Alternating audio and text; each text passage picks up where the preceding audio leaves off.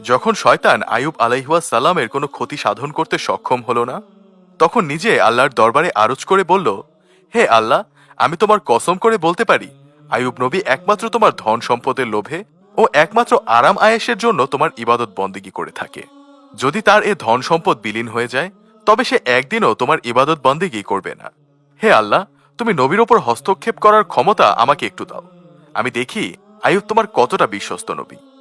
আল্লাহ তাআলা শয়তানকে জানিয়ে দিলেন, যাও, তোমাকে নবীর ওপর হস্তক্ষেপ করার ক্ষমতা দেয়া হলো। তোমার যেভাবে ইচ্ছে সেভাবে নবীকে পরীক্ষা করতে পারো। শয়তান আল্লাহ তাআলার দেয়া ক্ষমতা পেয়ে প্রথমে একজন পথিক সেজে হযরত আইয়ুব আলাইহিসসালামের কাছে গমন করলেন। নিজ দারিদ্রতার কথা বলে কয়েকদিন তার দরবারে থাকার আবেদন জানায়। হযরত আইয়ুব আলাইহিসসালাম লোকটা সম্পর্কে সন্দেহ প্রকাশ করেন, কারণ তার শরীর থেকে এক প্রকার তীব্র গন্ধ তিনি অনুভব করেন। হযরত আইয়ুব আলাইহিসসালাম বললেন, আমি তোমাকে কিছু টাকা পয়সা দিচ্ছি, তুমি অন্যত্র গিয়ে থাকার ব্যবস্থা করো। আইয়ুব আলাইহিসসালামের এই ব্যবহারে শয়তান খুবই ক্ষিপ্ত হল, তাই সে ফেরত গেল। সে নবীর ফল বাগানে একদিন আগুন ধরিয়ে দিল। নবীর কাছে খবর গেল, নবী উত্তরে বলল, আলহামদুলিল্লাহ। পরের দিন শয়তান আবার পশুর আস্তরণে আগুন ধরিয়ে দিল, যাতে সমস্ত পশু মারা যায়। কিছু সংখ্যক রাখালও মৃত্যুর হাত থেকে রক্ষা পায়নি। পরের দিন প্রবল এক ভূমিকম্পে তার বাসস্থান বিধ্বস্ত হয়। আইয়ুব আলাইহিসসালামের স্ত্রী, সন্তান সন্ততি বিধ্বস্ত বাড়ির নিচে পড়ে ইন্তেকাল করলেন। হযরত আইয়ুব আলাইহিসসালামের নিকট খবর পৌঁছালো।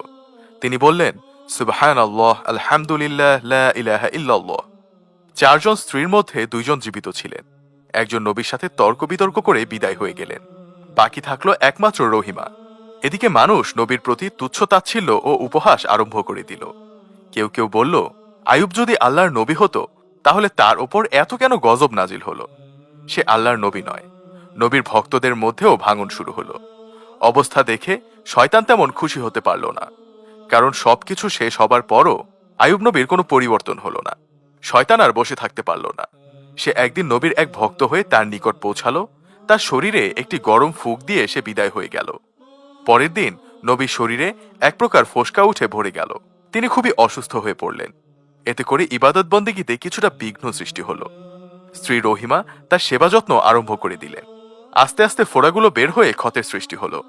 দীর্ঘদিন এই অবস্থায় কাটানোর পর মাংসের মধ্যে এক প্রকার কীট দেখা গেল। আরো কিছুদিন অতিবাহিত হবার পরে আরো 2 রকমের নতুন পোকার সৃষ্টি হলো। এই পোকাগুলো নবীর শরীরের মাংস এবং রক্ত খেতে শুরু করলো। অন্যদিকে নবীর স্ত্রীর জমা করা টাকা পয়সা সব শেষ হয়ে গেল। শুধু পানি পান করে স্বামী স্ত্রী কয়েকদিন কাটালেন। তারপর আর ধৈর্য ধরতে পারলেন না। তখন বিবি রহিমা আইয়ুব আলাইহিসসালামের নিকট বললেন, এখন আমাদের আর কিছুই নেই। অতএব আমি গ্রামে গিয়ে মানুষের বাসায় কাজ করে যা উপার্জন করতে পারি, তা দ্বারা অন্তত কিছু আহারের ব্যবস্থা করা সম্ভব হবে। অতএব আমাকে এ ধরনের কাজ করার অনুমতি দিন। হযরত আইয়ুব আলাইহিসসালাম স্ত্রীর কথা শুনে অনেকক্ষণ কাঁদলেন।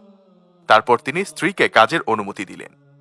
এদিকে হযরত রহিমা নবীকে ছেড়ে বিদায় গ্রহণ করার মানুষ না, তাই তিনি সর্বদা নবীর খেদমতে ব্যস্ত থাকলেন। মানুষের বাসায় কাজ করে যা সামান্য উপার্জন করতেন, তা দ্বারা হযরত আইয়ুব আলাইহিসসালাম ও নিজের আহারের ব্যবস্থা করতেন। এভাবে দীর্ঘদিন অতিবাহিত হয়ে চলল। একদিন কয়েকটি জীবিত পোকা মাটিতে গড়িয়ে পড়ল। তখন আইয়ুব আলাইহিসসালাম তার স্ত্রীকে ডেকে বললেন, রহিমা, পোকাগুলো যদি আমার মাংস রক্ত খেয়ে তৃপ্তি লাভ করে, তবে এতে আমার ক্ষতি কি? এতে অন্তত খাবার দান করার পুণ্য অবশ্যই পাওয়া যাবে। যে পোকাগুলো গড়িয়ে মাটিতে পড়ে গেল, ওদের উঠিয়ে আমার শরীরে দাও। হযরত রহিমা তার স্বামীর আদেশ অনুযায়ী পোকাগুলোকে আইয়ুব আলাইহিসসালামের শরীরের উপর রেখে দিলেন। একদিন হযরত রহিমা গ্রামে গিয়ে কোনো কাজ পেলেন না। তখন তিনি খুবই দুশ্চিন্তাগ্রস্ত হলেন। অবশেষে এক কাফের রমণীর নিকট গিয়ে বললেন, হে মহিয়সী, আপনি আমাকে আজকের জন্য একটি টাকা ধার দিন। আমি আগামী দিন এই ধার শোধ করব। মহিলা রহিমার কথা শুনে বলল, আমি কাউকে ধার দেই না। জীবনে অনেককেই টাকা ধার দিয়েছি, কিন্তু আজ পর্যন্ত ফেরত দেয়নি। অতএব ভাওতাবাজি ছেড়ে সোজা পথ দেখো। হযরত রহিমা বললেন, তবে আমাকে কিছু কাজ দিন, বিনিময়ে একটি টাকা দিবেন।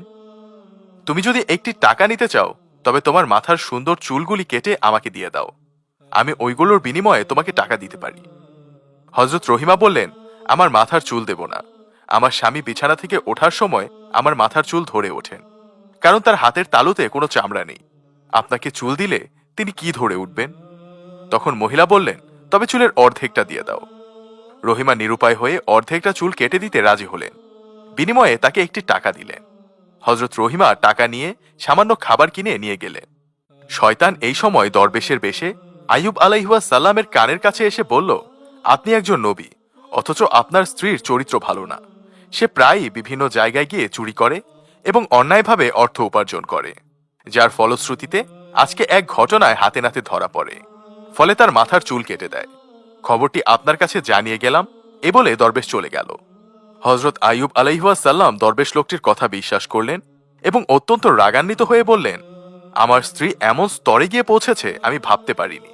আল্লাহর কসম করে বলছি, আমি যদি সুস্থ হই তাহলে স্ত্রীকে 100 বেত্রাঘাত করব। সেদিন সন্ধেবেলায় স্ত্রী তার নিকট ফিরে আসলে তিনি প্রথমে তার সঙ্গে কোনো কথা বলেননি।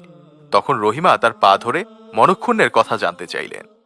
হযরত আইয়ুব আলাইহিস সালাম তখন বললেন, তুমি নষ্টা, তুমি চোর, চুরির দায়ে তোমার মাথার চুল মানুষ কেটে দিয়েছে।